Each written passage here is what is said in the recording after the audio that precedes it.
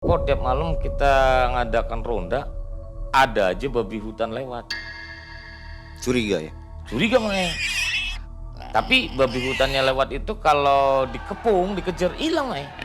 Ya karena perumahan elit, mungkin di sana operasinya satu rumah itu sekali masuk sudah 10 juta. Masuk 10 juta. Akhirnya ramai tuh Mae. Kang Dede, kalau di bank itu kan banyak uang. Hmm. Mungkin nggak babi ngepet ke bank? Kalau yang Dede tahu sih, dia nggak berani Mae ke bank.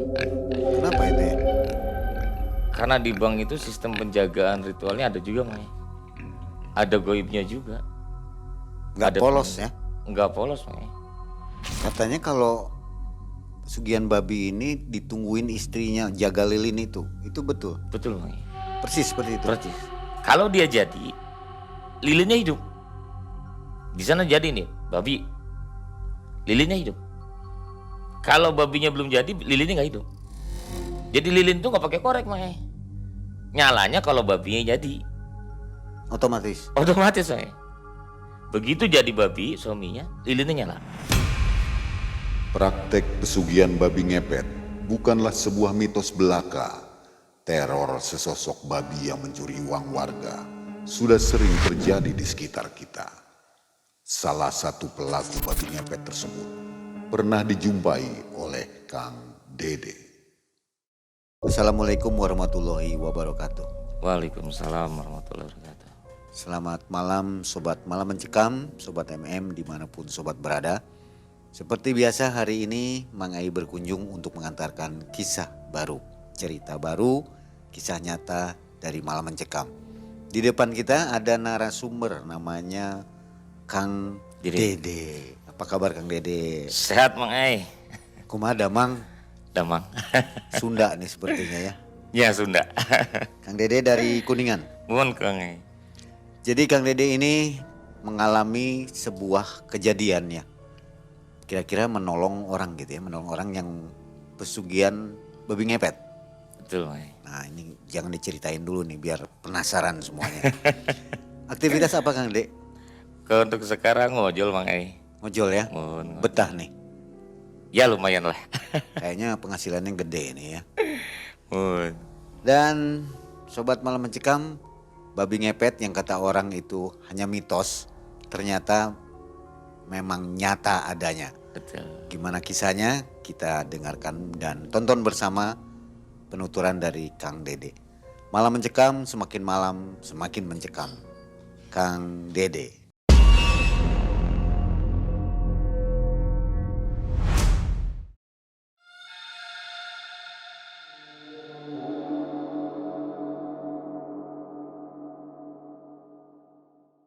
Ya, gini Mang Ai. Awalnya sih kita kan biasa kalau setiap malam Jumat kan di rumah tuh mengadakan pengajian tahun 2015 Mang Ai. Jadi sore itu saya selepas pembacaan doa, tahlil dan sebagainya. Ada tamu ketok-ketok pintu. Jalan nggak jauh lah tetangga sendiri. Tok-tok. Jawab sama istri, waalaikumsalam, assalamualaikum. Istri yang keluar tuh membukakan pintu. Nah sambutlah tamu itu. Ternyata anaknya Mang Usep. Ya istri memang agak curiga nih kenapa nih anaknya Mang Usep kok datang ke rumah maghrib-maghrib. Karena kalau dari sudut mata sosial kalau Pak Usep itu dulunya kerjanya serabutan. Kok nggak ada dari 5-10 tahun ini kekayaannya luar biasa. Jadi kan memang kita tidak boleh sudon sama orang Mang Ea. Akhirnya panggillah saya. Istri ke kamar. Ya ada tamu anaknya Mang Usep. Yaudah ntar selesaikan doa dulu. Selesai doa saya nemuin tuh anaknya Mang Usep. Ada apa nih? Saya bilang ke bertamu maghrib-maghrib. Ini Pak Dede minta tolong, bapak saya tuh dari pagi sampai menjelang maghrib ini nazal kok susah banget. Ya saya bilang kan, ya kalau saya sih coba untuk membantu semuanya tergantung ridho Allah. Terus juga saya tidak bisa apa-apa, yang jelas saya cuma bisa berdoa. Nanti pun kalau ada kesulitan ya semua saya minta bantuan sama orang yang lebih ngerti lah, ada guru. Ya kebetulan Dede dulu kan suka ikut ngaji-ngaji lah Mang Ai. Jadi pada saat maghrib itu, lepas maghrib, Dede coba datangin kan karena diminta bantuan. Datanglah ke rumahnya Pak Usep. Nah di rumah itu memang Pak Usep kondisinya lagi sakaratul maut, yang dilihat pada umumnya susah gitu untuk meninggal. Dia hanya cengap gitu, ibaratnya napasnya tuh sengak-sengak gitu, nggak bisa. Ya dia bilang sama anaknya, udah gini aja, kita coba bermunajat, mendoakan bapaknya, semoga bisa dimudahkan dalam proses sakaratul maut. Dan dia juga di situ koordinasi sama guru. Dia telepon, dia ceritakan kan, Ustadz, ya memang ada tetangga nih minta bantuan, susah untuk sakaratul maut. Akhirnya dari Ustadz tersebut menginformasikan dia, ya udah, kamu sholawatan aja sama anaknya, tapi jangan di dekat si bapaknya katanya, agak jauh. Tapi nanti pada saat sholawat, gak usah mikir apa-apa, udah sholawat aja, minta sama Allah agar bapaknya tuanya dimudahkan. Akhirnya dia manggil anaknya, disolawat tuh sama anaknya di dalam kamar. Gak ada 5 menit tuh di solawat, tiba-tiba tuh kayak pindah alam, dalam. Itu pun nama anaknya, pindah alam. Nah di pindah alam itu Dede sama anaknya dan Pak Ustadz tadi ada. Kata Pak Ustadz, di alam Dede pindah itu tersebut, gak usah nanya, ikutin perintah. Ya udah dia ngikutin kan, jalan tuh Dede tuh. Ya, suasananya itu seperti terang enggak, gelap enggak, abu-abu itu. Masuklah Dede tuh ke dalam saya suatu perkampungan. Tapi perkampungannya itu di tengah-tengah ada istana gede banget, Mai. Lewat tuh Dede tuh, Dede pakai dengan anaknya Mang Usep. Di kampung itu nggak ada orang, Mai. Semuanya babi semua. Bentuknya babinya bukan babi yang babi potong ya, Mang ya. Semuanya seperti babi hutan. Dan ukurannya itu ada yang besar, ada yang kecil. Jadi ada babi ada taringnya. sumutnya. Ada taring gitu ya. Nah, ada taringnya. Babi hutan. Babi hutan jenisnya. Kata Pak Kiai, kita lihat nanti nih. Kalau memang iya ini bapaknya ada di tengah, nanti siap-siap aja. Jadi Pak Kiai itu yang nego ke dalam tuh.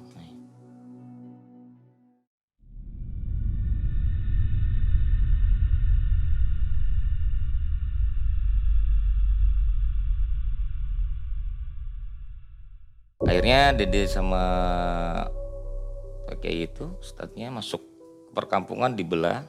Jadi begitu ramai lah kayak kebun binatang ternak babi. Tapi babinya ini nggak bisa lewat nyebrangin, ada kayak pembatas. Kalau di pesawahan mah ada tunggul deh, galengan deh.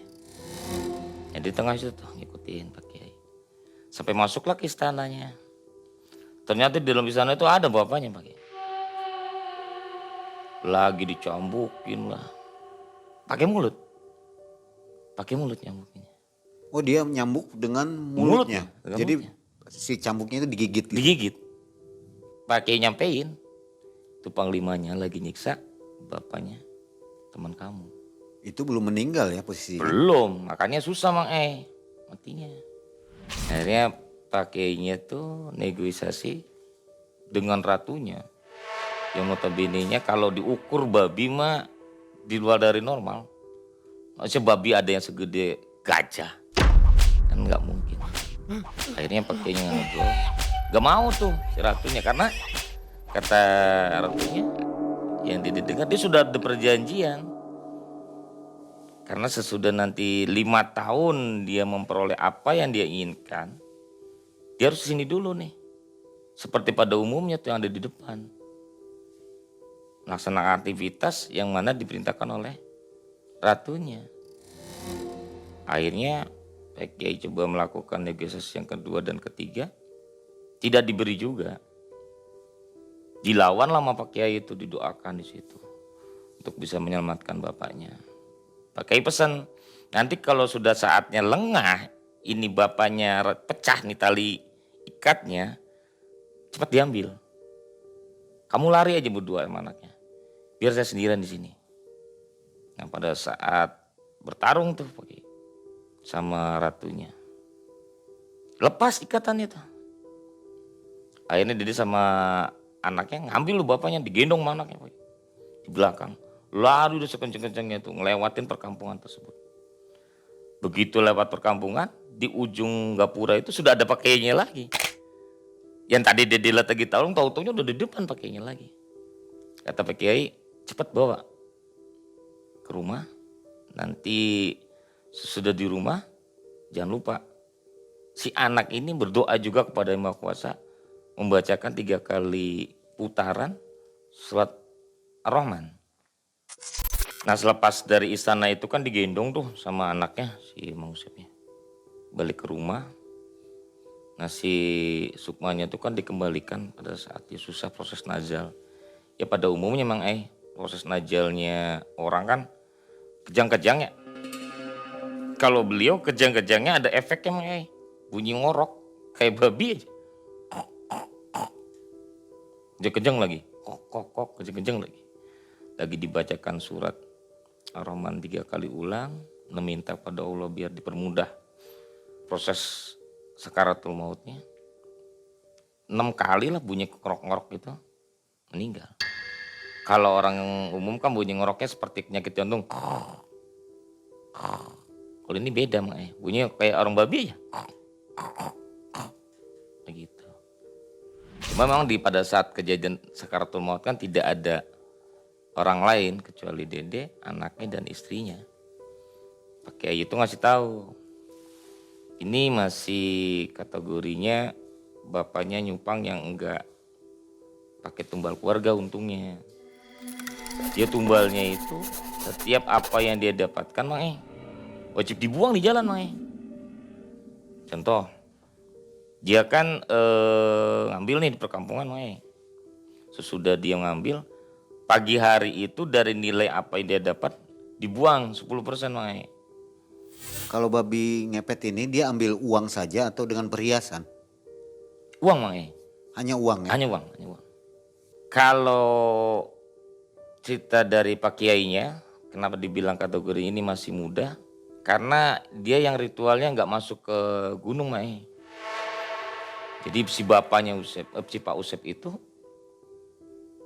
ke orang yang mediator untuk pesugihan lah Jadi minta jalan cepat dapat uang. Dikasih arah lah dia untuk melakukan ritual nyupang babi. Ya pada umumnya ya kalau nyupang babi memang 3 hari lah maksimal untuk bisa rubah jadi babi. Dia harus bisa memakan makanan apa yang disajikan di meja ritualnya. Kalau yang bapaknya, kalau Pak Usep ini tidak melakukan di hutan, di rumah. Nah kalau yang di hutan ini, konon kata guru, itu unlimited uangnya ngambil berapapun bisa. Nah karena dia ngambilnya yang di perumahan, nggak masuk ke hutan, jadi ada limitnya Limitnya tuh 10 juta. Dibuang 10% dari 10 juta. Tanpa tumbal? Tanpa tumbal. Maksudnya tumbal tetap ada cuma tumbalnya ini bukan warga. Orang lain yang mengambil uang yang dia cecerkan di jalan. Hari ini operasi dapat nih 10 juta. Dari 10 juta itu kan 10%-nya kurang lebih 1 juta. Dicecer sama dia 100. Rata-rata mah banyaknya di pasar. Yang banyak orang ramai ya umumnya. Entah di pasar atau ada karnaval pasar malam tuh. Pasar malam. Pokoknya dia cecer di mana banyak orang. Sini bisa diambil. Tapi rata-rata 10% dari penghasilan. Itu info guru karena dia ritualnya tidak di dalam hutan. Kalau di dalam hutan itu dia pasti akan tumbalnya keluarga. Jika orang mengambil uang yang tercecer tadi, apa efeknya? Umumnya penyakitnya kalau orang kategorikan penyakit kuning Mang. Badannya Liver, kuning, badannya kuning. terus meninggal. Meninggal. Ya memang kalau meninggal sih udah qadarullah ya Mang ya. Cuma memang jalannya seperti itu. Jadi kalau pesan guru dalam majelis, kalau kita nemukan uang alangkah baiknya disedekahkan Mang ya, masukkan ke kotak amal kan itu. Gak usah dipergunakan. Nah kita kembali lagi nih ceritanya ke Mang Usep. Pas sakaratul maut itu Mang kita berdoa itu berharap biar si bapaknya itu meninggal dengan sewajar. Karena pada umumnya kalau yang pesugihan babi itu meninggalnya memang nanti kondisinya bukan bapaknya jasadnya Mang. Itu kelopak pisang Mang. Jadi kelopak pisang. Nah anaknya tuh yang dikhawatirkan pada saat sudah meninggal kan dibuka tuh Mang mau dimandikan. Takutnya itu bukan bapaknya, kelopak pisang. Nah si anaknya koordinasi ke Dede, Pak Dede kira-kira bisa enggak ya bapak saya selamat atau mendapatkan nikmat kubur. Ya selagi ada 3 perkara yang disampaikan, yang diantaranya adalah anak yang soleh, dengan kita berbuat baik, dengan kita melakukan suatu amalan, sedekah dan lain sebagainya, kita diniatkan untuk bapaknya kan gitu. Karena beliau anaknya. Nah jadi biar si anaknya itu rasa membantu orang tuanya, yang mau diamalkan ini sedekah Mang. Jadi si Usep tuh anaknya tidak menyedekahkan uang apa yang dikasih bapaknya. Dia bekerja dengan sendiri, dapat penghasilan ya secara halal dia sedekahkan. Jadi nggak minta ibunya untuk sedekah Mang. Nggak minta minta uang. Pada umumnya kan anak minta uang buat jajan. Kalau dia nggak minta uang, dia cari sendiri uangnya. Karena tahu uang yang ada di rumahnya itu hasil dari proses bapaknya. Nah dari sudah meninggal kan dimandiin Mang secara umumnya kita kafanin. Anaknya sama Dede dimantau Mang jangan sampai masuk ke alam kubur jadi kelopak pisang. Kita udah mandiin ya gitu.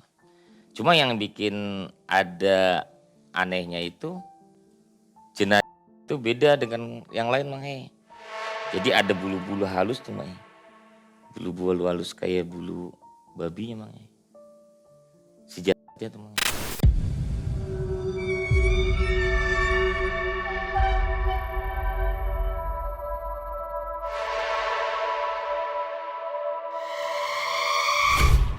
Sesudah dimandikan, kita kuburkan secara umumnya sampai ke liang lahat.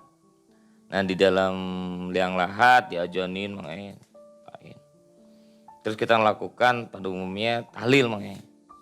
Nah tahlil itu ya kita berdoa sungguh-sungguh untuk meminta ampun akibat apa yang bapaknya dilakukan. Cuma suasana tahlil di rumahnya nih ya kalau bagi Dede beda Mang. Panasnya minta ampun Mang. Segitu udah ada fasilitas orang kaya Mang. Ada kipas angin, ada standing AC kan itu. Sudah sejuk kan. Tapi di tahlil selama 7 hari itu hawanya teh panas. Jadi kerasa kayak apa ya? Kayak nggak ada udara gitu. Padahal orangnya nggak banyak-banyak amat yang ikut tahlil Mang. Ya kurang lebih sekitar 30-35an. Tapi kan ruangannya tengahnya lebar. Tapi panasnya minta ampun selama 7 hari kita tahlil. Dan akhirnya ya berharap dengan tahlil dan sedekah hasil kerja anaknya bisa menyelamatkan bapaknya di alam kubur Mang. Jenazahnya itu normal, Normal Mang. nggak jadi kedebok pisang gitu. Enggak, cuma ada bulu-bulu halus Mang. Karena dia ikut mandikan. Bulunya halus. Ya hampir mirip lah sama bulu-bulu babi. Cuma kalau Pak Usep tuh mah nggak ada bulunya. Ibaratnya biasa lah umum lah karena dia juga berkeluarga kan bertetangga dengan beliau. Pada saat ikut mandikan itu ya karena anaknya minta. Pak Dede tolong dong bantu memandikan. Gitu. Tetangga semua tahu bapaknya melakukan ini. Yang rumornya ternyata nyupang babi, akhirnya tetangga semua mengetahui bahwa bapaknya itu, Pak Usep itu melakukan ritual pesugihan babi. Ya dari Sakaratul Maut itu kan ada sebagian orang yang mendengar makanya. Sakaratul Mautnya nggak umum kan itu, beda dengan yang lain. Tersebar akhirnya kan itu berita bahwa Pak Usep ini pesugihan babi taunya dari Sakaratul Maut itu. Jadi selama 5 tahun ini apa yang dihasilkan ini ternyata uang yang tidak halal.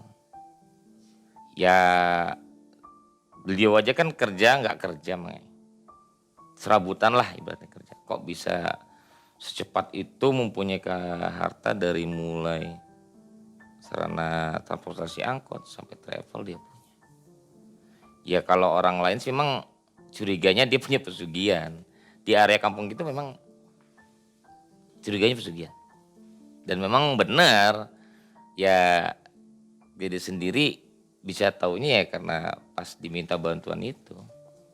Oh akhirnya ternyata rumornya itu terbukti memang dia ngepet. Tapi nggak ada setahun tuh Mang dari hasil bapaknya sudah meninggal, yang mana di dalam kampung tersebut orangnya jadi orang nomor 1 lah yang kaya di situ Mang. Gak ada setahun nih habis hartanya. Ada aja Mang yang mobilnya kan lah, yang mobilnya kebakaran lah di jalan. Wah habis aja semua. Kembali lagi ke nol, ke rumah petakan yang dulu dia pada saat belum punya apa-apa. Dinolkan kembali. Jadi 5 tahun itu hanya ngicipin kekayaan kamu pasar lah ibaratnya. Tidak abadi. Karena prosesnya yang tidak halal.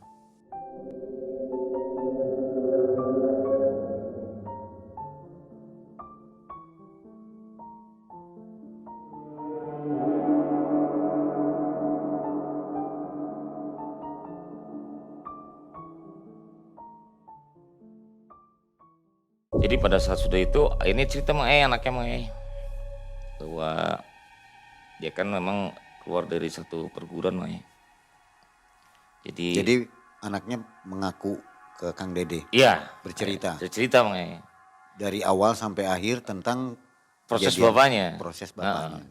Jadi bapak saya tuh memang Pak Dede orang dulu kerjanya kan serabutan. Susah nih dapat uang buat keluarga. Akhirnya bapak tuh mungkin masuk tuh omongan orang, udahlah biar mudah dapat uang cepat, saya pesugihan aja. Tapi yang sekiranya pesugihan ini tidak berbahaya ke keluarga katanya. Ada nggak kira-kira? Ini dia nemukan tuh suatu tempat yang dimana dia punya pesugihan, mampu melakukan pesugihan, tidak berdampak pada keluarga. Tumbalnya maksudnya tumbalnya nggak keluarga. Akhirnya bapaknya ritual di sana 3 hari dia di sana di rumah seseorang lah. Dia ritual 3 hari hanya makan tidur makan tidur cuma Jadi kalau pagi katanya sarapannya buah-buahan yang dimakan. Ya kalau di mata dia buah, kalau di mata umumnya bukan buah sejenis kotoran lah. Kalau buah itu kotoran Nanti kalau siang nih makan lezat nih kayak daging lah. Pokoknya makan lezat aja tanpa nasi Jadi nggak kenal nasi kata dia. Kalau makan lezat itu biasanya binatang-binatang yang melata kayak cacing, terusnya belatung Pokoknya sehari 3 kali. Nah sore makanan penutupnya ya pokoknya nggak ada nasi yang ringan-ringan. Makan penutupnya itu biasanya kayak cemilan-cemilan, tapi bisa mengenyangkan perut. Nah itu baru tuh semacam kayak kalajengking, kecoa. Nah kalau makan berat ya itu cacing, belatung. 3 hari itu dimakan. Ya umumnya kalau pesugihan itu ya dilakukan setarnya ya jam 12 dini hari. Operasinya itu 2 jam, nggak lebih dari 2 jam. Sebelum subuh udah balik Mang. Cerita anaknya tuh Mang. Jadi anaknya tuh sebenarnya tahu Mang. Cuma karena enggan menyampaikan. Itu pun anaknya bisa tahu itu informasi dari gurunya. Nanti kalau bapaknya ada apa-apa kamu jangan kaget. Nah itu Mae. Akhirnya dia tahu bapaknya tuh punya pesugihan. Cuma kan namanya anak nggak mungkin ngomong ke orang tuanya kan itu karena nggak berani dia Mae. Nah dia sudah melakukan pesugihan bapaknya. Dia dimasukkan ke sebuah perguruan. Jadi anaknya ini disekolahkan ya? Ya Mae, jadi Jauh anak- dari kota itu. Ya jauh dari bapaknya itu berpikir biar dia selamat. Anaknya ikutinlah ke suatu perguruan Mang. Perguruan itu memang di dalamnya itu diantaranya mengenai spiritual. Perguruan-perguruan spiritual gitu Mang. Jadi nggak tahu kelakuan bapaknya. Gak tahu Mang kalau nggak dikasih tahu sama gurunya semuanya. Ketika sedang operasi nggak tahu anaknya Nggak ini. Ya. tahu anaknya. Dari awalnya ngebeca Mang serabutan lah, nggak beca, nggak nyangkul dan sebagainya. Punya mobil, punya angkot, punya banyak armada transportasi, sampai punya travel. Dan 5 tahun memang. Nah tahun terakhirnya sakit-sakitan Mang. Sakit lah, dibawa rumah sakit, nggak sembuh-sembuh. Akhirnya memutuskan keluarga untuk pulang di rumah. Nah pada saat Sakaratul Maut itulah Mang diminta bantuan Dede untuk bagaimana bapaknya mudah untuk proses meninggal. Nah di dalam prosesnya itu ya diantaranya sukma bapaknya udah pindah ke alam sebelah. Jadi anaknya cerita kalau tiap malam tuh bapaknya kata mamanya tuh operasi di luar 2 jam. Jadi dia ngambil duitnya itu nggak pada umumnya kalau mau umumnya kan gesek-gesek tuh gesek-gesek. Kalau dia enggak, hendus. Hendus itu sama aja narik. Nah karena dia punya kantong Jadi sebelum operasi kata ya anaknya dia bawa kantong sini tuh. Ikat. Jadi buat naruh duit. Dan duitnya itu tiap hari nggak lebih dari ya 10 juta sesuai dengan perjanjian. Karena dia ngambilnya nggak yang di hutan. Mungkin kalau yang di hutan kan unlimited tuh berapapun uang nggak 2 jam itu bisa lebih dari itu. Cuma efeknya imbasnya kan ke keluarga nanti. Akhirnya dia tidak mau mengumbalkan keluarganya. Lebih baik orang Jadi setiap hari dia ngambil uang 10 juta dikumpulkan mungkin beli mobil. Jadi 5 tahun itu dari rumah yang sepetak gede. Anaknya mah di suatu perguruan tuh nggak tahu kalau nggak dikasih tahu sama gurunya. Dan akhirnya melihat bapaknya Sakaratul Mautnya susah. Situ. Nah yang Dede ngerasa ibaratnya kok bisa ya manusia melakukan ritual pesugihan dengan metode yang beda pada umumnya. Kalau pada umumnya kan biasanya kalau pesugihan tumbalnya keluarga. Kalau ini nggak keluarga. Dan di situ Pak Usep itu lebih baik memilih tumbalnya orang dengan menyecerkan uang hasil operasinya di setiap jalan. Nah si anaknya itu kan minta bantuan untuk mengambil sukmanya ya untung alhamdulillah masih ada guru ya untuk membantu ke istana babinya itu.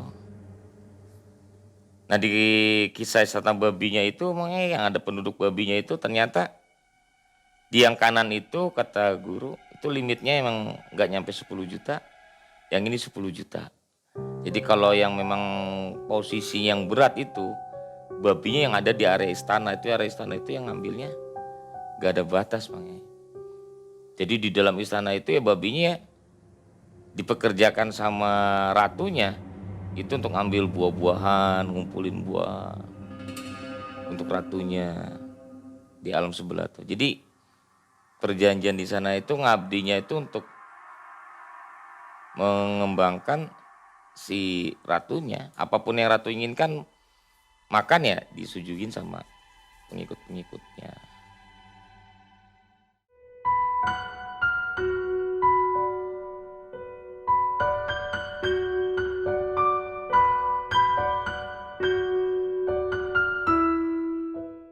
Dia ini beroperasinya di mana? Di kampung sebelah Mang Bukan di kampung di sendiri. kampung sendiri. Jadi dari jam 12 itu dia keluar kampung lu Mang. Awalnya kan dia nggak pakai mobil Mang, sepeda Mang. Ya lumayan lah jarak antara kampung ini ada sekitar 3 kilo Mang. Dia ayun sepeda kan. Taruh sepedanya semak-semak. Baru berubah jadi babi. Katanya kalau Sugihan Babi ini ditungguin istrinya jaga lilin itu betul? Betul Mang. Persis seperti itu? Persis. Tapi kalau mau jadinya dia harus nyari ini Mang apa ya, binatang yang ada di sekitar. Nanti kalau dilihat dia itu bukan binatang Mang, kayak buah ceri Mang. Padahal yang dimakan itu entah kelabang atau belalang, tapi yang di tempat dia tuh buah. Itu kalau mau berubah dimakan sama dia baru jadi. Sedangkan istri menunggu di rumah. Isi nunggu di rumah, tetap dengan proses jaga lilin. Nah jaga lilin ini Mang kalau dia jadi lilinnya hidup. Di sana jadi nih babi, lilinnya hidup. Kalau babinya belum jadi, lilinnya nggak hidup. Jadi lilin tuh nggak pakai korek Mang nyalanya kalau babinya jadi Otomatis. Mang. Begitu jadi babi suaminya, lilinnya nyala. Begitu dalam kondisi genting, kalau memang bahaya, lilinnya bergoyang. Tapi isinya lihat jam 2 jam pasti akan ditiup. Nah 2 jam itu juga si Pak Usepnya itu pasti akan balik ke tempat di mana dia naruh sepeda. Pada awalnya kan bersepeda Pak. Nah semakin beriringnya dia maju, dia punya motor. Operasinya agak jauh Mang desa yang lain dia pakai motor. Nah sekarang dia pakai mobil, lebih jauh lagi Mang karena dia pakai mobil.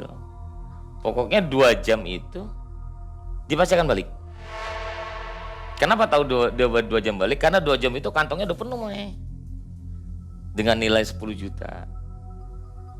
Ciri-cirinya dia udah penuh berarti dia balik. Karena dia pindah-pindah Mang nggak di desa A aja, dia pindah ke desa lainnya. Karena dia sudah punya mobil, agak jauh lagi Mang Dari warga desa itu ada yang merasa kehilangan nggak? Curiga dengan adanya babi ngepet? Ada Mang jadi di kampung B itu kan banyak perumahan-perumahan yang baru Mang Nah perumahannya itu memang perumahan orang elit lah. Jadi mungkin karena sering operasi di situ banyak duitnya, ramai tuh Mae. Ramai katanya di kampung sebelah itu, kok tiap malam kita ngadakan ronda, ada aja babi hutan lewat. Curiga ya? Curiga Mae. Tapi babi hutannya lewat itu kalau dikepung, dikejar hilang Mae. Tapi hilangnya itu ada mobil Mae. Anehnya tuh kalau warga kampung di sebelah tuh, sesudah ditiup apa hilang, selalu keluar mobil dari semak-semak, dari pepohonan gede, ada mobil keluar Mae.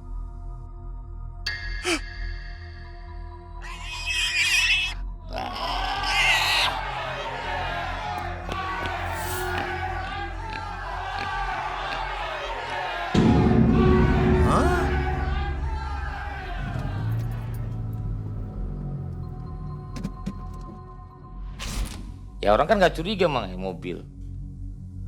Kok ada mobil lewat? Jadi si Pak Usep itu karena sudah mempunyai mobil, dia operasinya pakai mobil Mang. Sebelum jadi babi naik mobil dulu. Sesudah operasi selesai ataupun kondisinya genting dia harus cepat balik ya ke mobil itu lagi Mang. Nah istrinya pasti niup Mang Nah kalau dia mau operasi dia pasti akan beli dulu Mang kembang setaman, terusnya menyalakan dupa 3 batang. Nah yang anehnya dupa itu 2 jam habis Mang. Pokoknya 3 dupa itu 2 jam habis saja. Nah lilinnya pun nyala sendiri kalau posisi Pak Usepnya sudah jadi. Itu nyala.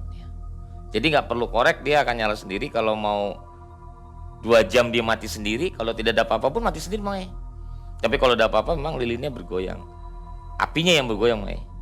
Menandakan bahwa suaminya di sana kondisinya lagi dikepung warga. Yang di komplek yang elit itu, yang di kampung sebelah itu emang ramai Mang.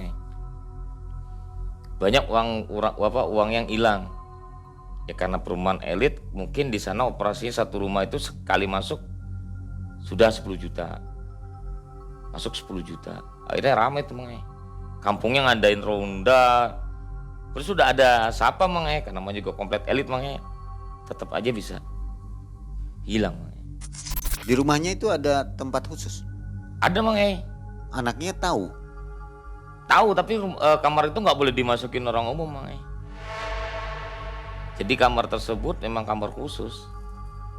Karena di dalamnya itu ada ritual untuk melakukan pesugihan.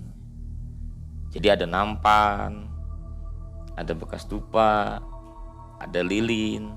Lilinnya bukan lilin yang umum Mang. Lilin yang umum kan lilin yang putih Mang. Ini lilinnya gede Mang. Nah seperti itu. Seperti itu lilinnya, gede lilinnya. Istrinya sendiri seperti apa sekarang? Kalau istrinya sekarang yang sudah kembali normal ya, berjualan sesuai dengan dulunya. Dia juga memang istri jualan keliling Mang. Istrinya jualan keliling kayak makanan-makanan ringan Mang, pakai sepeda. Kalau pagi keliling sampai jam 10. Hartanya merosot itu berapa lama? Gak nyampe setahun, kurang lebih 6 bulan Mang. Setelah meninggal. Dalam meninggal. Gimana prosesnya?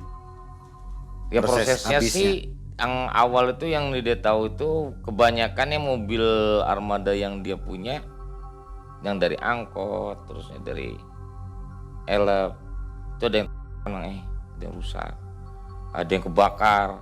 Pokoknya setiap bulannya itu ada aja mobil-mobil yang kebakaran lah, yang hancur lah. Sampai terakhir jasa transportasi travelnya pun sama Mang. Seluruh armadanya itu rata-rata tabrakan dan kebakaran mobilnya Mang. Kalau rumahnya?